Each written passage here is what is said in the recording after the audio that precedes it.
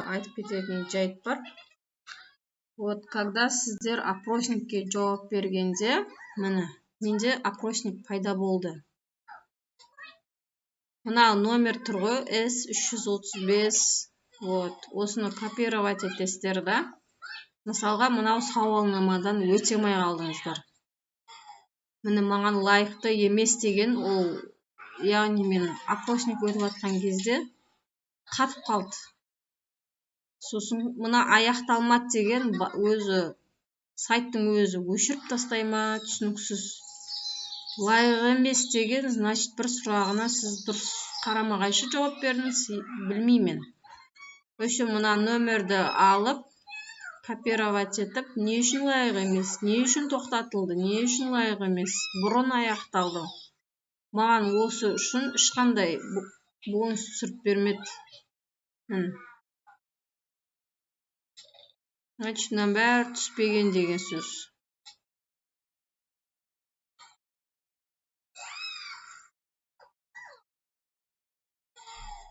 Енді мына жерде мобильный версиясы тұр, компьютер версиясы тұр. Ләжі болса, компьютерный версиямен өткендеріңіз дұрыс. Мобильныймен өтсеңіздер, қатып қалады, сразу айтайын. Міне мен почтаға кірем, сіздерге почтаға сообщение кеп тұрады, осындай сұрақ пайда болды деп. Мына обычно мобильный версиядан емес, компьютердің версиясынан өтесіздер. 8 минут уақыт алады, 100 теңге сауалнама өту дегенді басасыздар. Қазір менде сайт өте жай жасап тұр.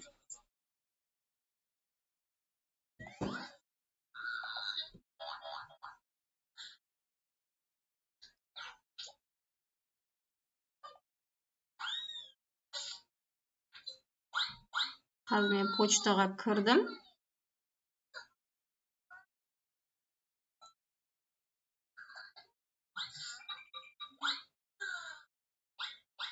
Міне почтаға кірдім. Өте жай жасайды сайттың өзі.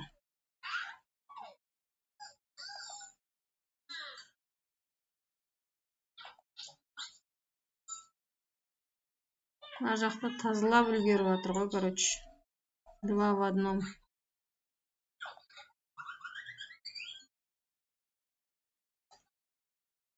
Мақұл, бұны қоя тұра. Қазір менде мынау сауалнамам қатып қалуы мүмкін, сразу айтайын. Сол үшін сіздер өтпей қойыңыздар. Осындай компьютерлеріңіз жай жасап тұрған кезде. Міне даже ашу қиын болып жатыр. Или менде мына вирусты тазалап атқаннан ма, сондай жай болып жатыр. Міне сауалнамадан өту дегенді басасыздар.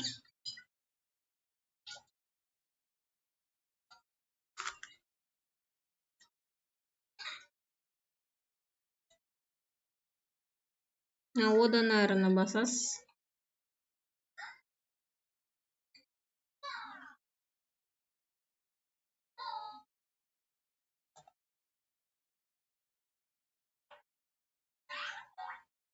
Негізі міне өштіп қатып қалады. Сол үшін сауалнаманы сразу тоқтат.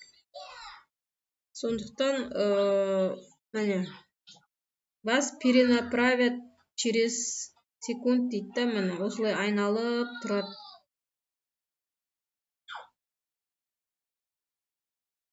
Осы сауалнама үшін сізге награда береді дейді. Осыны күтіп тұрасыздар. Шығып кетпеңіздер. Шығып кетсеңіздер, сауалнамаңыз жабылып қалады. Тоқтатылды, өтпеді. Міне, сұрақ пайда болды. Соңғы 1 жылда төменгі санаттардың қайсысын сатып алдыңыз дейді. Мысалға, мен аяқ киім дей салайын, жарайды. Жоқ, аяқ киім емес. Дайын киім-кешек бұйымдарды дей салайын. Следующий.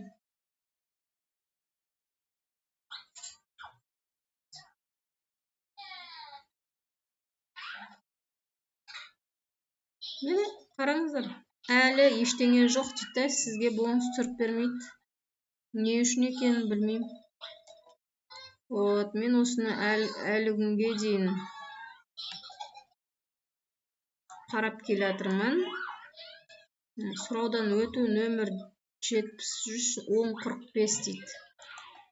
Сұрауларды басам. Сауалнама аяқталған жоқ дейді да, маған өстіп береді.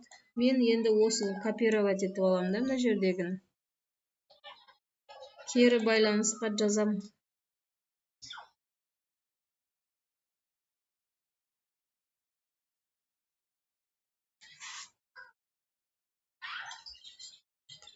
Хабарламаның тақырыбын таңдаймын. Басқа деп таңдай салам. Мынау жаңағыны вставить етем. Неге менде ылғи осылай сауалнамаларыма ақша түспеді? Опросниктеріңіз өзімен өзі тоқтап қалады.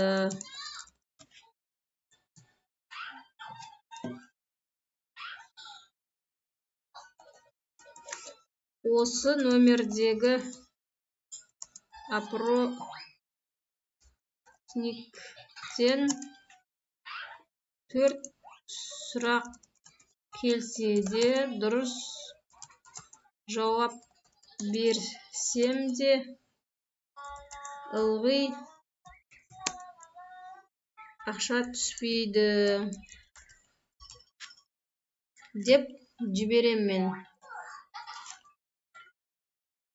Қабылданды. Енді жауап күтесіз. Сізге мына почтаға уже жауап келеді деген сөз. Почтаға міне сұрауға шақыру келді, я. 100 теңгесін түсіріп берген жоқ бұлар.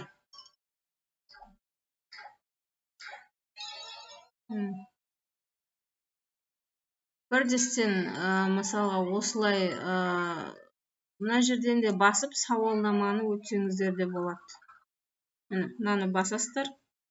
Сразу сауалнамаға кетіреді.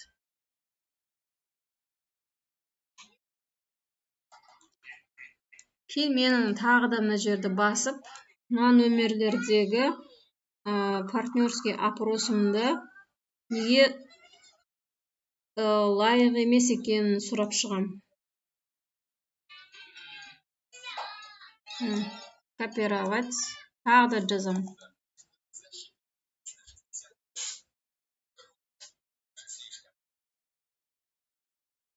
Хабарламаны басқа деймін. Алар жазам. Неге осылар пока жібере салайын.